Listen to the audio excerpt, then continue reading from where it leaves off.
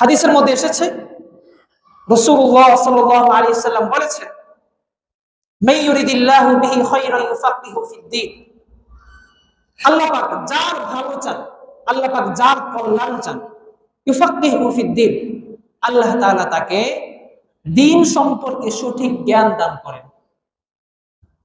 বুঝে নিতে হবে, আপনি দ্বীন সম্পর্কে জানেন মানে আপনাকে সমাজ বিভিন্ন রকমের কথাবার্তা বলুক, আপনাকে বলুক তুমি কি অমুক দলের কর্মী হয়ে গিয়েছ, তুমি কি অমুক গোষ্ঠীর অনুসারী হয়ে গিয়েছ, যাই বলুক, আপনার বুঝে নিতে হবে আপনি দ্বীনের পথে চলছেন, আপনার কাছে দ্বীন সম্পর্কে জ্ঞান আছে মানে রাসূলুল্লাহর কথা সত্য। ইউফাক্কিহু ফিদ্দীন মান ইউরিদিল্লাহু বিহি, তার মানে বুঝতে হবে আল্লাহ পাক আপনার জন্য কি চেয়েছেন, ভালো চেয়েছেন।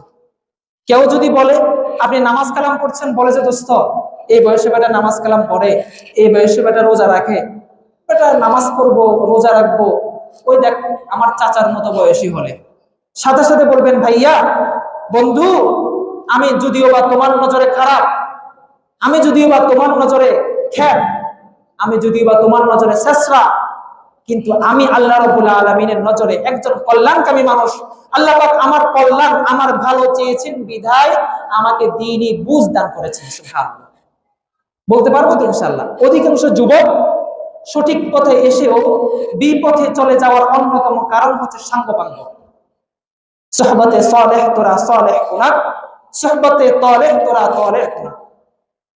সৎসঙ্গে স্বর্গে বাস, অসৎ সঙ্গে সর্বনাশ। অধিকাংশ যুবক আমাদের কাছে আসে তো অনেকে বলে যে হুজুর আমরা আসি, কিন্তু আমার নামাজ পড়তে মনে চাই, কিন্তু আমার ম্যাচের মধ্যে বাকিরা নামাজ পড়ে না, এবং আমরা নামাজ পড়তে আসলে বলে যাই তুই যে লাইট দাস, তুই যে বাথরুমে যাস, আমাদের ঘুমের মধ্যে ডিস্টার্ব হয়। এই জন্য পরিবেশের একটা গুরুত্ব আছে। যেই পরিবেশে থাকলে আপনি দ্বীন সম্পর্কে, দ্বীনের উপর চলতে পারবেন না, সেই পরিবেশটা আপনি ছেড়ে দেন। ইসলাম আপনাকে এটা বলে, যেই পরিবেশে থাকলে আপনি দ্বীনের উপর অটল থেকে দ্বীনি জ্ঞান নিয়ে আপনি দ্বীনের উপর চলতে পারবেন না, সেই পরিবেশে আপনার থাকার দরকার নেই, তো আপনি সেটা ছেড়ে দেন। এই জন্যে মনে করতে হবে, বুঝে নিতে হবে, যার ভালো চান আল্লাহ তাকে কি দেন, দ্বীনের বুঝ দান করেন। এই হাদিসটা খুব মনে রাখা।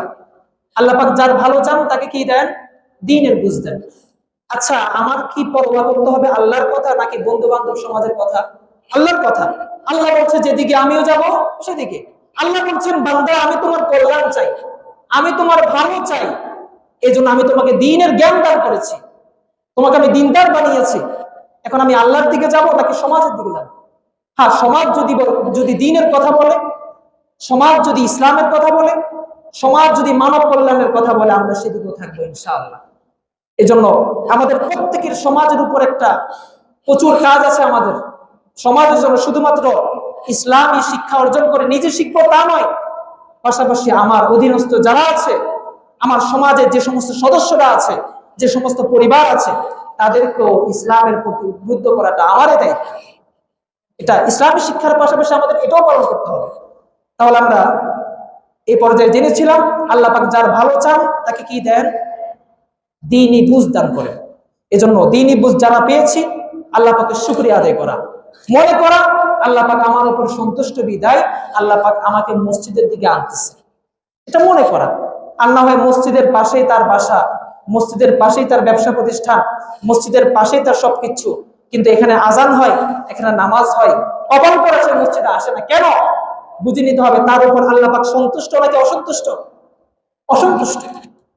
আপনার উপর সন্তুষ্ট বিধায় আপনি মসজিদে আসতেছেন। এজন্য মন খারাপ না করা।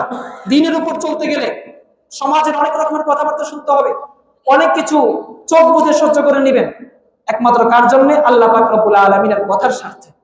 তিনি খুশি আমার উপর, তিনি আমার ভালো চেয়েছেন বিদায় আমি এই পথে আছি, এই পথে থাকবো, আজীবন থাকার চেষ্টা করবো ইনশাআল্লাহ।